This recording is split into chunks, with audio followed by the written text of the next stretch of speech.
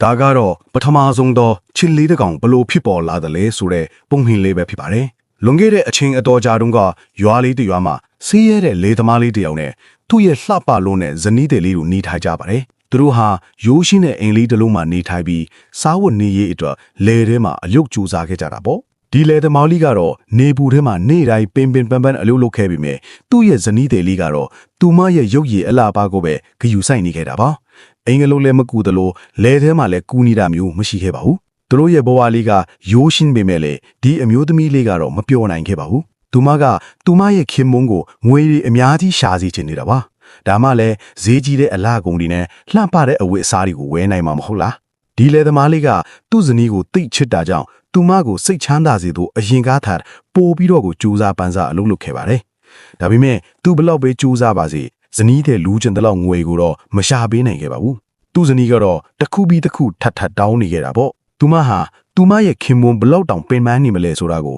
တခါမှထိတ်မစင်စားပြီးခဲ့ပါဘူး။ဒီနေ့တော့ဒီအမျိုးသမီးလေးဟာအပြင်းအထန်ဖျားပါတော့တယ်။သူမဟာသူမရဲ့ကျမ်းမာရေးထက်အလှအဖကိုပဲအချိန်တွေအများကြီးပေးခဲ့မိလို့ပါ။နေ့စဉ်နဲ့အမျှသူမရဲ့ယောဂကပိုဆိုးလာပြီးနောက်ဆုံးမှာတော့ကွဲလွန်သွားခဲ့ပါတယ်။လေသမားလေးခင်ဗျာရင်ကွဲမတက်ခန်းစားလိုက်ရတာပေါ့။သူဟာနေရောညပါငိုကြွေးနေခဲ့ပါတယ်။သူကသူ့ဇနီးကိုတိတ်ချစ်လွန်းတော့မြေမြုပ်ဖို့တောင်စိတ်မချနိုင်ခဲ့ပါဘူး။အဲ့ဒီမှာသူအကြံတစ်ခုရသွားပါတယ်။နောက်နေ့မှတော့ဒီလေသမားလေးဟာရှိသမျှအရာအားလုံးကိုရောင်းချလိုက်ပြီးလှေအသေးလေးတစ်စင်းဝယ်လိုက်ပါတယ်။သူဟာနတ်ဖျားတွေနေထိုင်တဲ့ပြီးကိုရှာဖွေဖို့မြစ်အတိုင်းခရီးထွက်ခဲ့တာပါ။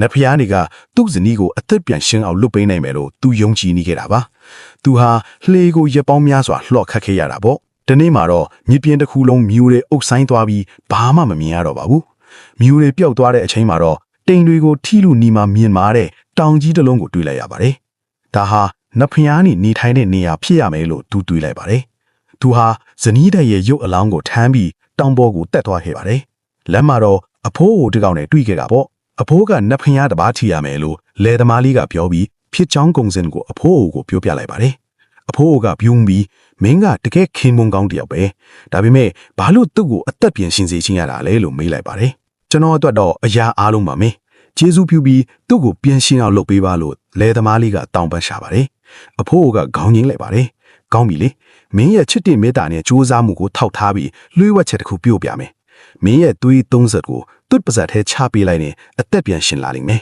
။ဒါပေမဲ့မှတ်ထားပါအကယ်၍သူတခုခုထပ်မားခဲ့ရင်မင်းရဲ့သွေး30ကြောင့်အသက်ရှင်နေရတာကိုသတိပေးလိုက်ပါလို့ပြောလိုက်ပါတယ်။လေသမားလေးကအဖိုးကိုပြောတဲ့အတိုင်းချက်ချင်းလှုပ်လိုက်ပါတယ်။အော်စရာကောင်းလိုက်တာ။သူ့ဇနီးကမျက်လုံးပွင့်သွားပြီးအသက်ပြန်ရှင်လာခဲ့ပါတယ်။လေသမားလေးကတော့အယံဝမ်းသာသွားပြီးသူမကိုအိမ်ပြန်ခေါ်လာခဲ့တာပေါ့။ဒါပေမဲ့အခုတော့သူမဘာမှမကြံတော့ပါဘူး။အရာအားလုံးကိုရောင်းခဲ့ရပြီလေ။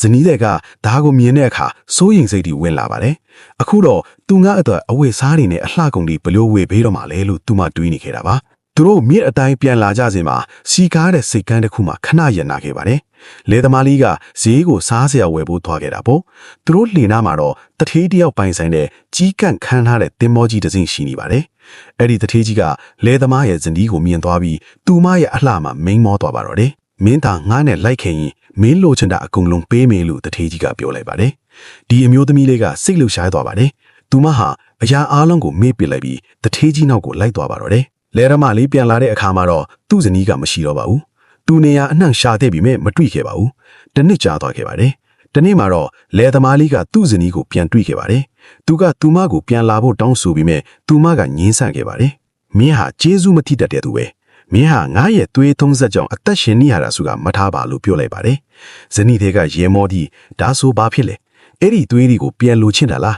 ။ရော့လီပြောပြီးသူမရဲ့လက်ချောင်းကိုဖောက်ပြီးသွေး30ကိုချပေးလိုက်ပါတယ်။ဒါပေမဲ့ရုတ်တရက်ဆိုသလိုပဲသူမရဲ့မျက်နှာကဖြူဖတ်သွားပါတယ်။သူမဟာအားအင်ကုန်ထမ်းပြီးမြေပုံပေါ်လေးကျသွားခဲ့ပြီးနောက်တစ်ကြိမ်ထပ်ပြီးတည်ဆုံသွားခဲ့ပါတယ်။ဒါပေမဲ့ဒီတစ်ခါမှာတော့ထူးခြားတာတစ်ခုဖြစ်သွားခဲ့ပါတယ်။သူမဟာချင်းလေးတစ်ကောင်အဖြစ်ပြောင်းလဲသွားခဲ့တာမှာအဲ့ဒီနေ့ကစပြီးဒီချင်းမလေးဟာလူတွေရဲ့သွေးကိုလိုက်စုပ်ပြီးတနည်းကလှပတဲ့အမျိုးသမီးတစ်ယောက်ပြန်ဖြစ်မလားဆိုတဲ့စိတ်နဲ့ညာတိုင်းပြန်တန်းနေခဲ့တာပေါ့။